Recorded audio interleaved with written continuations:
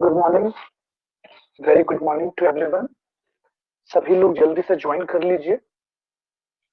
आज का जो हमारा लेक्चर है बच्चों, वो बेसिकली हम लोग सेक्शन 54D पर फोकस करें।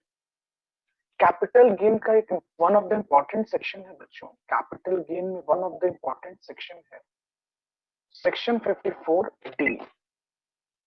अब सेक्शन 54D क्या कहता है, इसको हम लोग समझेंगे ध्यान से। बच्चों, सेक्शन 54D कंपल्सरी एक्विजिशन के कंडीशंस को रखता है। देखिए बच्चों, सेक्शन 54D का कहना है बच्चों कि अगर गवर्नमेंट ने बच्चों किसी भी कंपल्सरी एक्विजिशन किया बच्चों, या कंपल्सरी एक्वायर करती है किसी भी इंडस्ट्रियल अंडरटेकिंग को, तो जाहिर सी बात है बच्चों, उसके बदले में कुछ ना कुछ कॉम्पनसेशन तो पे करेगी। गवर्नमेंट क्या पे करती है बच्चों? कॉम्पनसेशन। अगर बच्चों गवर्नमेंट कंपल्सरी एक्वायर करती है किसी भी इंडस्ट्रियल अंडरटेकिंग को, वो भी इसलिए एक्वायर करती है बच्चों क्योंकि वो गवर्नमेंट के प्रोजेक्ट में या गवर्नमेंट के वर्क में कोई प्रॉब्लम क्रिएट कर रहा है। जैसे बच्चों, मान लो गवर्नमेंट हाईवे बना रही है, रोड बना रही है, डैम्स बना रही है, और बीच में कोई इंडस्ट्रियल अंडरटेकिंग आ जाती है, तो गवर्नमेंट क्या करती है? कंपल्सरी एक्विजिशन करती है। कंपल्सरी एक्विजिशन करती है। अब आप सोचो बच्चों कि एक एसएससी है,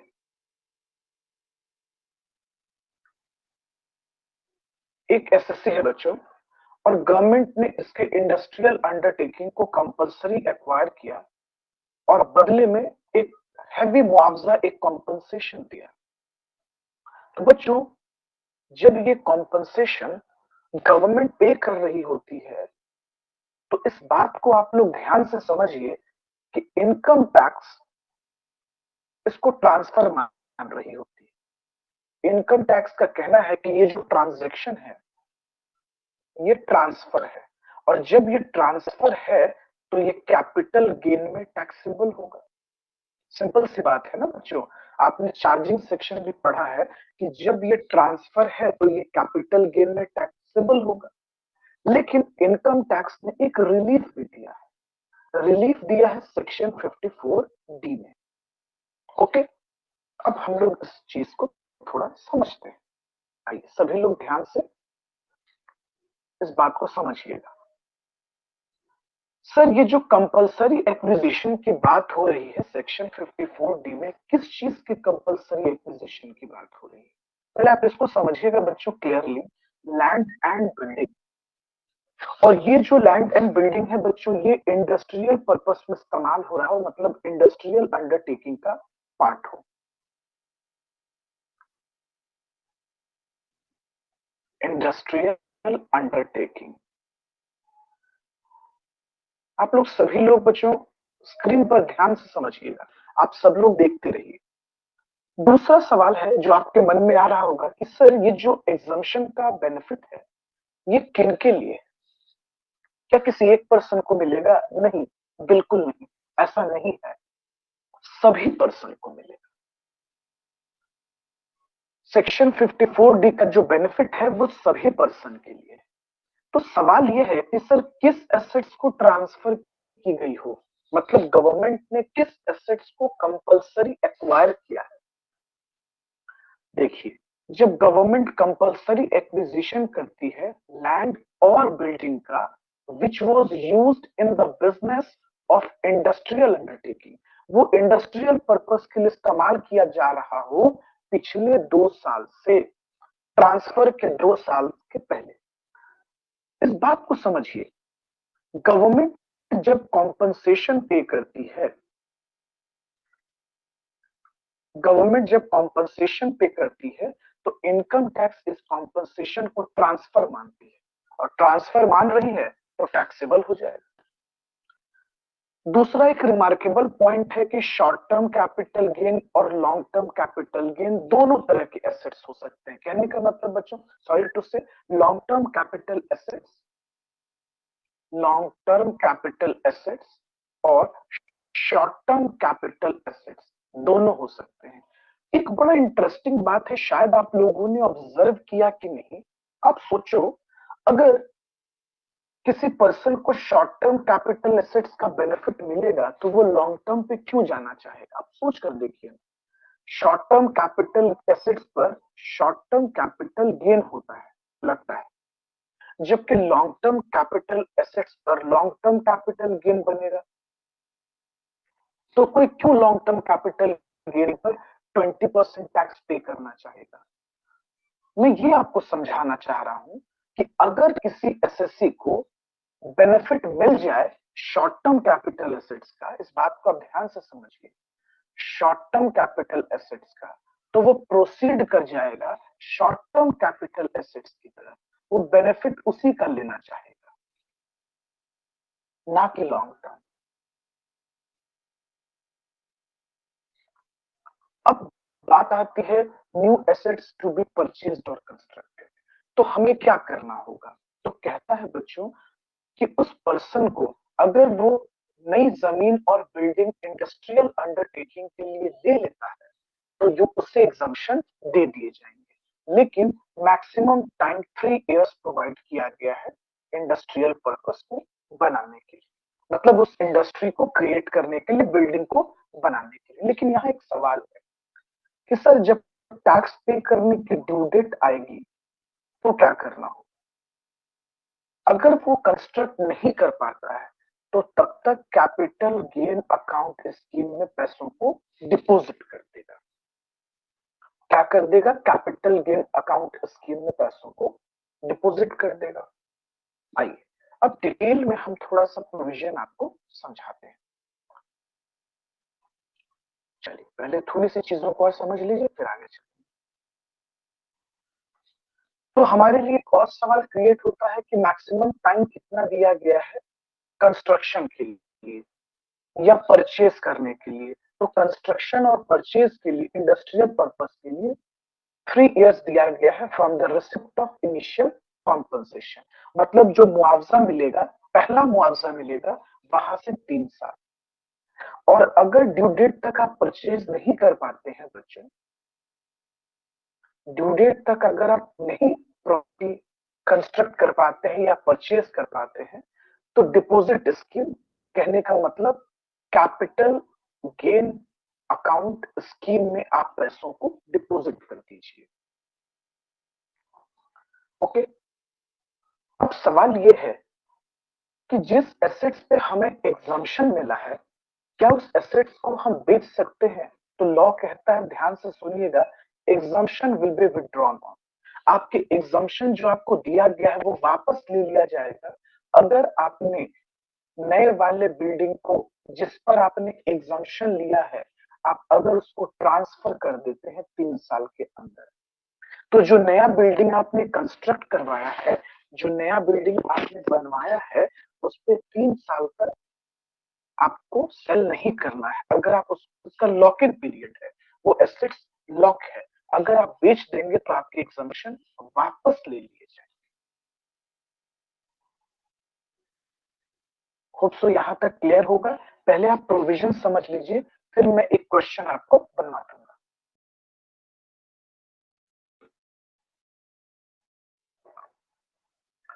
मैं आपको इसी बात को समझाने की कोशिश कर रहा था एग्जम्पशन के रिगार्डिंग। पॉइंट नंबर 5 आप देखिएगा, exemption is available if amount of capital gain is used.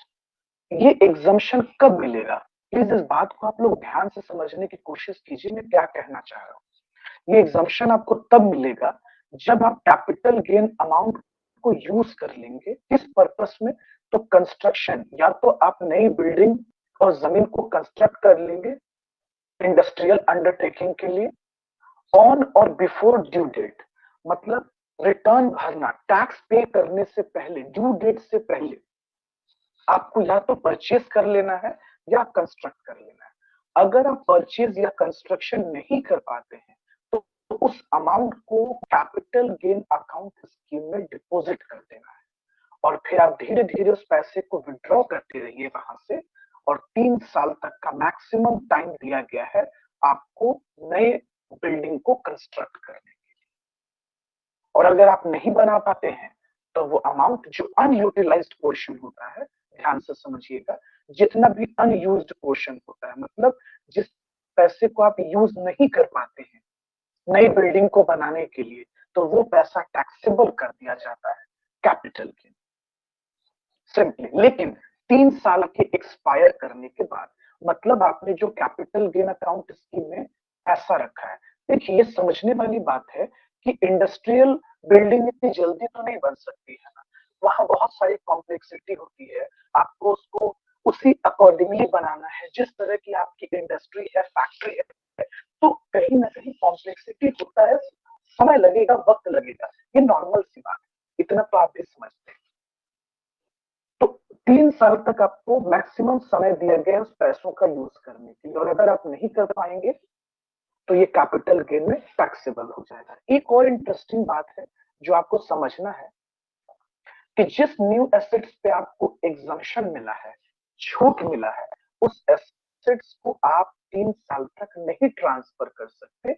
अगर आप ट्रांसफर करते हैं, बेच देते हैं, तो जो आपको एग्जम्पशन दिया गया है वो एग्जम्पशन वापस आपसे ले लिए जाएंगे, विड्रॉ कर दिए जाएंगे। ओके, तो ये बात आपको हमेशा ध्यान में रखना है। तो हम लोग अब एक क्वेश्चन बना लेते हैं कंपल्सरी एक्विजिशन। ऐसे में एक बार आपको रिव्यू कर देता हूं पूरे चैप्टर को, सॉरी पूरे सेक्शन को। अब प्लीज आप इस बात को थोड़ा सा ध्यान से समझिएगा, मैं आपको एक बार लास्ट बार एक्सप्लेन कर रहा हूं। कोई भी एसएससी, इस रूल को समझिएगा, ये किसी भी एसएससी के लिए, एनी एसएससी, एनी एसएससी। मान लीजिए किसी भी एसएससी का एक इंडस्ट्री है बच्चों, एक इंडस्ट्रियल अंडरटेकिंग है, और वो इंडस्ट्रियल अंडरटेकिंग गवर्नमेंट के किसी प्रोजेक्ट में रुकावट क्रिएट कर रही है, जैसे रोड बनाना, डैम्स बनाना, रेलवे स्टेशन, बस स्टैंड, ऐसा कुछ भी। तो गवर्नमेंट क्या करती है, चाहे वो सेंट्रल गवर्नमेंट हो या स्टेट गवर्नमेंट हो, वो कंपल्सरी एक्विजिशन कर लेती है उस प्रॉपर्टी को, कंपल्सरी एक्वायर कर देती है, डेमोलिश कर देती है, तोड़ के हटा देती है। लेकिन वो बदले में कॉम्पनसेशन पे करती है उस एसएससी को। क्या पे करती है? कॉम्पनसेशन। और ये जो कॉम्पनसेशन होता है ये मार्केट वैल्यू के अकॉर्डिंगली होता है, मतलब जो इनमूवेबल प्रॉपर्टी है उसका वो स्टैम्प ड्यूटी वैल्यू पे करती है, और जितने भी मूवेबल प्रॉपर्टी है उसका वो फेयर मार्केट वैल्यू पे कर देती है। अब इस चीज को आप समझिएगा, तो जैसे ही गवर्नमेंट कॉम्पनसेशन देती है तो इनकम टैक्स का एक कहना है कि देखो भाई, ये जो कॉम्पनसेशन आपको मिल रहा है इसको हम ट्रांसफर ट्रीट करेंगे, ट्रांसफर ट्रीट करेंगे, और ट्रांसफर ट्रीट करेंगे तो ये हो जाएगा आपका कैपिटल गेन। लेकिन बच्चों दूसरी तरफ सेंट्रल गवर्नमेंट चाहती है कि बिजनेस प्रमोट हो, वो रुके नहीं। तो एसएससी को प्रमोट करने के लिए सेक्शन 54D में एक बेनिफिट दिया गया है कि मैं आपके कैपिटल गेन को एग्जम्प्ट कर दूंगा। इनकम टैक्स कहती है, इनकम टैक्स डिपार्टमेंट कहती है कि आपके कैपिटल गेन एग्जम्प्ट कर दिए जाएंगे अगर आप बदले में एक न्यू इंडस्ट्रियल अंडरटेकिंग क्रिएट कर ले, बना ले। ओके, चलिए अब हम लोग इस पर एक क्वेश्चन बनाएंगे, और एक चीज का हमेशा ध्यान रखिएगा कि कोई भी एसएससी चाहता है कि अगर शॉर्ट टर्म कैपिटल गेन पे इसको वो टैक्सेबल करे बच्चों। क्यों? अगर ये फैसिलिटी उससे मिल रही है तो वो शॉर्ट टर्म कैपिटल गेन पे टैक्सेबल करना चाहेगा ताकि उसके टैक्स बच जाएंगे। आइए अब हम लोग एक क्वेश्चन बनाते हैं। क्वेश्चन नंबर 10 पर आइएगा। सभी लोग अपने बुक को ओपन कर लीजिए, अपने स्टडी मटेरियल को ओपन कीजिए, क्वेश्चन नंबर 10 पर आइए। देखिए क्वेश्चन नंबर 10 बहुत इंटरेस्टिंग है, हम लोग इस क्वेश्चन को पहले समझेंगे। देखिए क्या कहता है, one building which was purchased in 2011। इस बिल्डिंग को कब परचेज किया गया था? तो 2001 में परचेज किया गया था। किसने परचेज किया था? एक्स लिमिटेड, ये कंपनी है। और इस बिल्डिंग का जो इस्तेमाल हो रहा था एन इंडस्ट्रियल अंडरटेकिंग के पर्पस में। लेकिन क्या हुआ कि इस इंडस्ट्रियल अंडरटेकिंग को कंपलसरी एक्वायर कर लिया गया उत्तर प्रदेश गवर्नमेंट के द्वारा। इस बात को ध्यान से सुनिएगा, स्टेट गवर्नमेंट ने इसको कंपलसरी एक्वायर कर लिया और इस पर्सन को मतलब एक्स लिमिटेड को कॉम्पनसेशन दिया, मुआवजा दिया 6 लाख रुपए का। कितने का मुआवजा दिया गया? 6 लाख रुपए का। ध्यान से समझिएगा, एज अ कॉम्पनसेशन। ठीक है।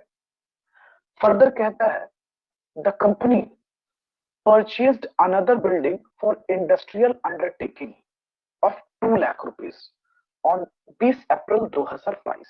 देखिए, इस क्वेश्चन में सेक्शन 54D का जिक्र कर दिया गया, लेकिन अगर जिक्र नहीं किया होता तो मैंने आपको अभी क्या बताया था? मैंने आपको ये बताया कि कोई भी पर्सन अगर किसी तरह के इंडस्ट्रियल अंडरटेकिंग को चला रहे हैं और कंपलसरी एक्वायर कर ली गई गवर्नमेंट के द्वारा, तो इनकम टैक्स इसको क्या ट्रीट करती है? ट्रांसफर।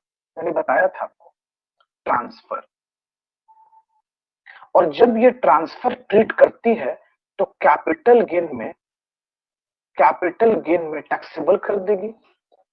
साथ साथ मैंने आपको ये भी बताया था कि अगर किसी एसएससी को शॉर्ट टर्म कैपिटल एसेट्स और लॉन्ग टर्म कैपिटल एसेट्स में अगर बेनिफिट मिले, लॉन्ग टर्म कैपिटल एसेट्स, तो वो क्या ऑप्ट करना चाहेगा? वो ऑप्ट करना चाहेगा शॉर्ट टर्म कैपिटल एसेट्स। आपने क्वेश्चन को बारीकी से नोटिस किया? देखिए, इस एसेट्स का आपको डब्ल्यूडीवी रिटन डाउन वैल्यू भी दिया हुआ है, ओपनिंग वैल्यू दिया हुआ है।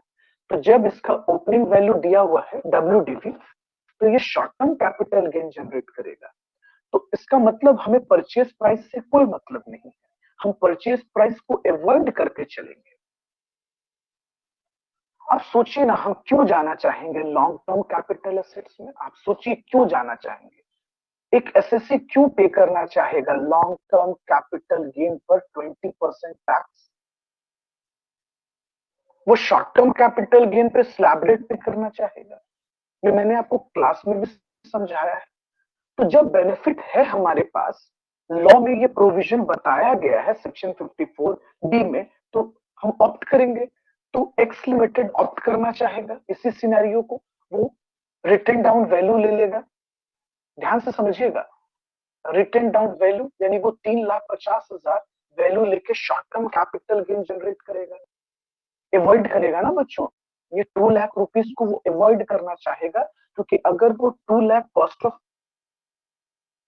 एक्विजिशन लेगा बच्चों, एसेट्स का कॉस्ट लेगा, तो ये long term capital gain generate कर देगा, long term capital gain generate कर देगा। तो क्यों जाएगा?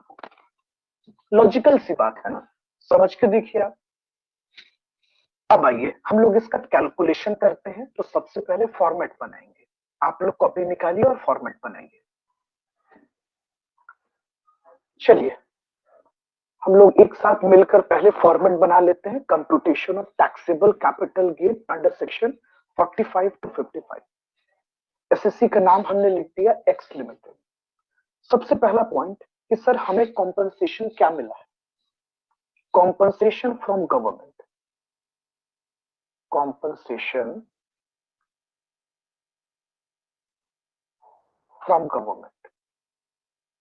तो देखिए, गवर्नमेंट ने, यूपी गवर्नमेंट ने जो टोटल मुआवजा दिया है वो दिया है 6 लाख रुपए।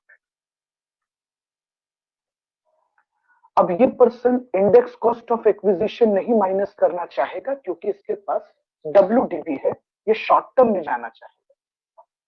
तो इस बिल्डिंग का डब्ल्यूडीवी दिया हुआ है written down value of building.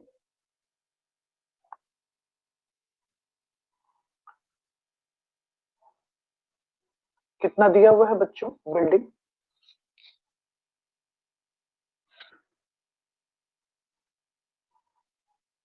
Building का डब्ल्यूडीवी दिया हुआ है हमारे पास 2 लाख रुपए। 2 लाख था ना डब्ल्यूडीवी? नहीं, 3,50,000 था, 2 लाख तो कॉस्ट था, सॉरी, 3,50,000 डब्ल्यूडीवी दिया हुआ है।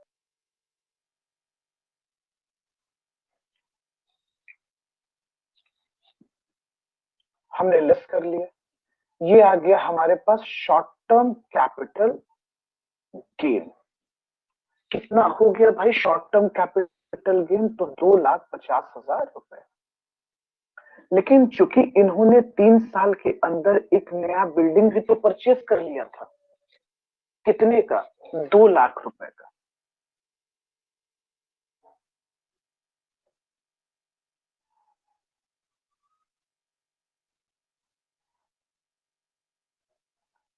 एग्जम्पशन अंडर सेक्शन 54D, इन्होंने नए एसेट्स कितने का लिया है? तो 2 लाख रुपए का। 2 लाख रुपए का न्यू एसेट्स परचेज किया गया है, तो इन्होंने एग्जम्पशन ले लिया, बच गया हमारे पास 50,000। ये हो गया taxable short term capital gain. Taxable short term capital gain. आइए क्वेश्चन को एक बार ध्यान से समझ लीजिए। देखिए इस एसेट्स का बच्चों हमारे पास डायरेक्ट डब्ल्यूडीवी दिया हुआ है, रिटर्न डाउन वैल्यू है। अगर कॉस्ट होता भी तो हम अवॉइड कर देते। और इस बिल्डिंग को इन्होंने एक नया बिल्डिंग जो परचेज किया है वो कितने का है? इन्होंने नया बिल्डिंग जो परचेज किया है वो कितने का है? 2 लाख रुपए का। तो इस 2 लाख रुपए का हम लोग इनको क्या दे देंगे? एग्जम्पशन। तो होप सो ये आपको क्लियर हो गया होगा।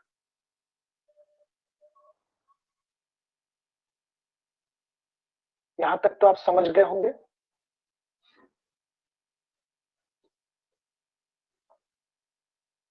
चलिए, थैंक यू एवरीवन।